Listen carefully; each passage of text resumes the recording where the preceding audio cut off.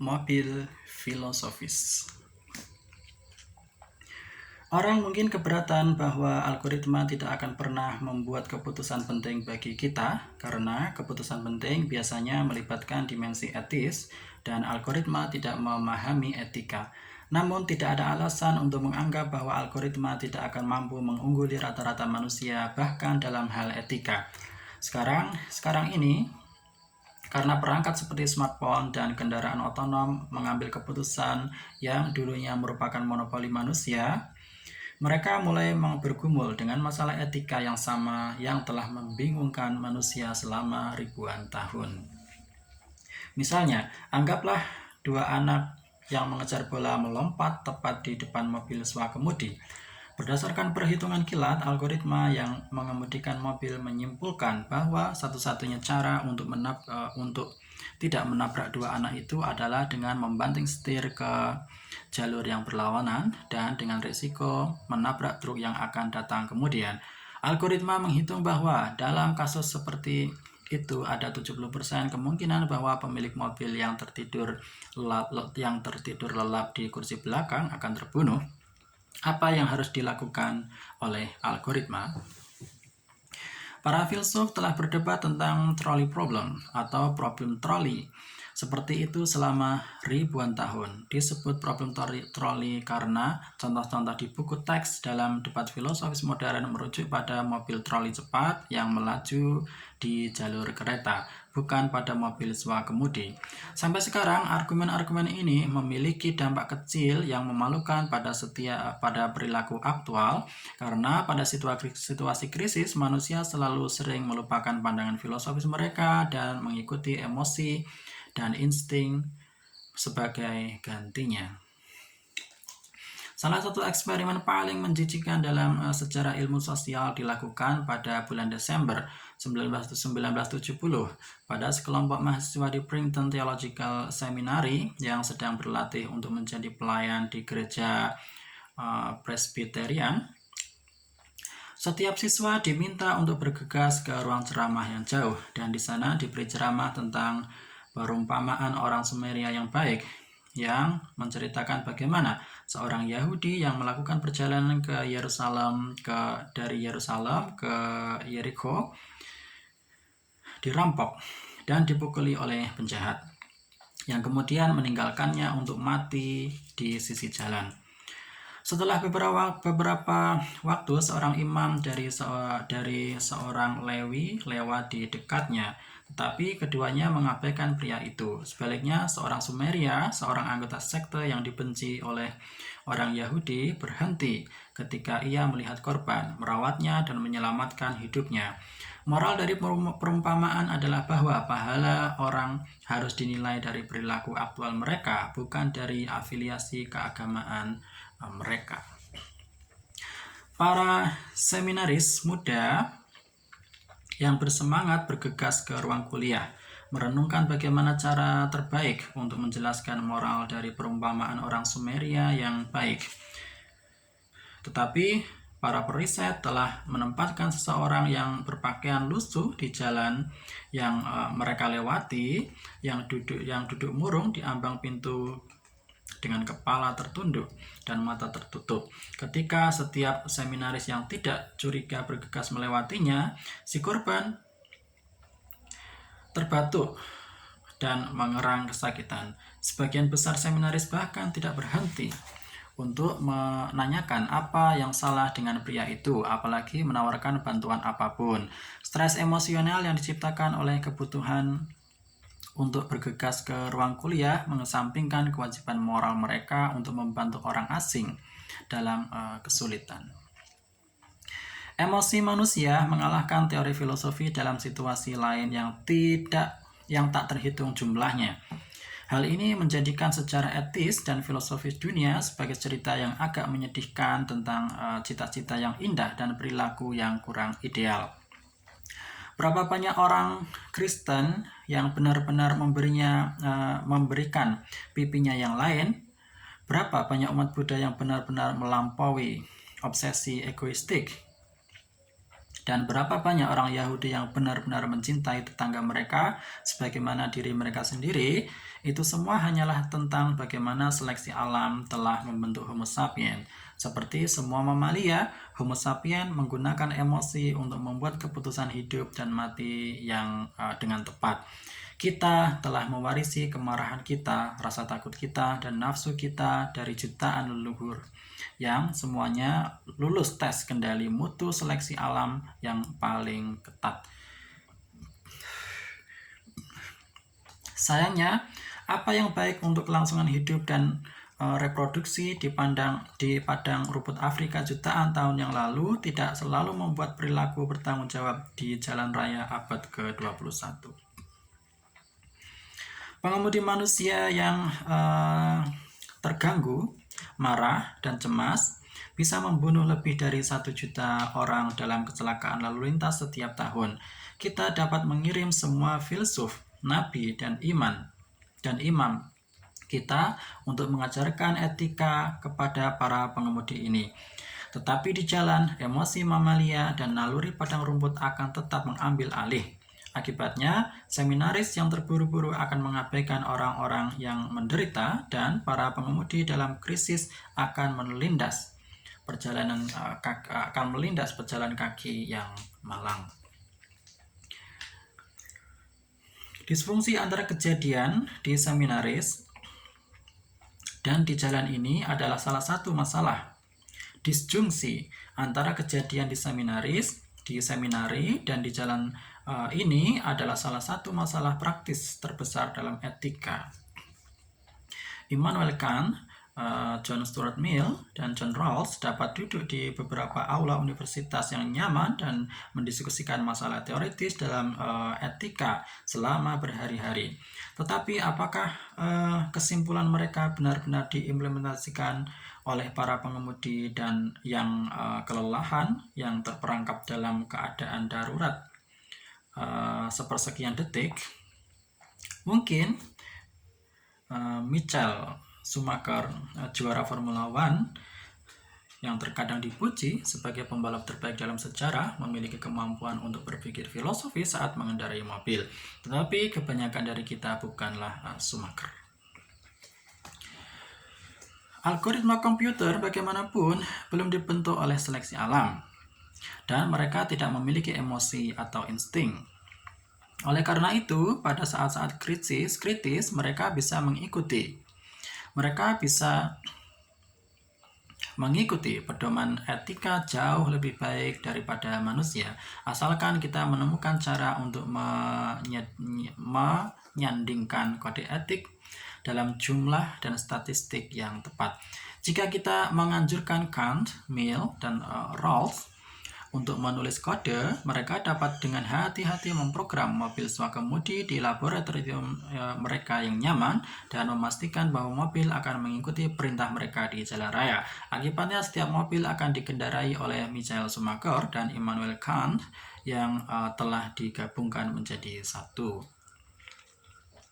Jadi, jika Anda memprogram mobil swakemudi untuk berhenti dan membantu orang asing yang dalam kesulitan, ia akan melakukannya peduli setan apapun yang akan terjadi, kecuali tentu saja Anda memasukkan klausul pengecualian untuk skenario peduli setan apapun yang akan terjadi tersebut. Demikian pula, jika mobil swakemudi Anda diprogram untuk berbelok ke jalur yang berlawanan untuk menyelamatkan 2 anak di jalurnya, Anda bisa mempertaruhkan hidup Anda. Inilah yang akan dilakukannya. Yang berarti bahwa ketika merancang mobil swakemudi mereka, Toyota atau Tesla akan mengubah masalah teoritis dalam filsafat etis menjadi masalah praktis teknis. Memang algoritma filosofis tidak akan pernah sempurna. Kesalahan mesin akan terjadi, mengakibatkan cedera, kematian, dan tuntutan hukum yang sangat rumit. Untuk pertama kalinya dalam sejarah, Anda mungkin dapat menuntut seorang filsuf untuk hasil yang tidak menguntungkan dari teorinya, karena untuk pertama kali dalam sejarah Anda dapat membuktikan hubungan kausal langsung antara ide-ide filosofis dan peristiwa kehidupan nyata. Namun untuk mengambil alih pengemudi manusia, algoritma tidak harus sempurna. Mereka hanya harus lebih baik daripada manusia. Mengingat bahwa pengemudi manusia membutuhkan lebih dari 1 juta orang setiap tahun, itu tidak terlalu sulit. Ketika semua telah dikatakan dan dilakukan, apakah Anda lebih suka mobil di sebelah Anda dikemudikan oleh seorang remaja mabuk atau oleh tim Schumacher Kant? Logika yang sama benar bukan hanya soal mengemudi, tetapi banyak situasi lainnya. Ambil contoh aplikasi pekerjaan. Pada abad ke-21, keputusan untuk menempatkan seseorang pada suatu pekerjaan akan mungkin banyak dibuat oleh algoritma. Kita tidak dapat mengandalkan mesin untuk menempatkan standar etika yang relevan. Manusia masih perlu melakukan itu. Tetapi begitu kita memutuskan standar etika di pasar kerja bahwa adalah salah untuk mendiskriminasi orang kulit hitam atau terhadap wanita, misalnya, kita dapat mengandalkan mesin untuk menerapkan dan mempertahankan standar ini lebih baik daripada manusia.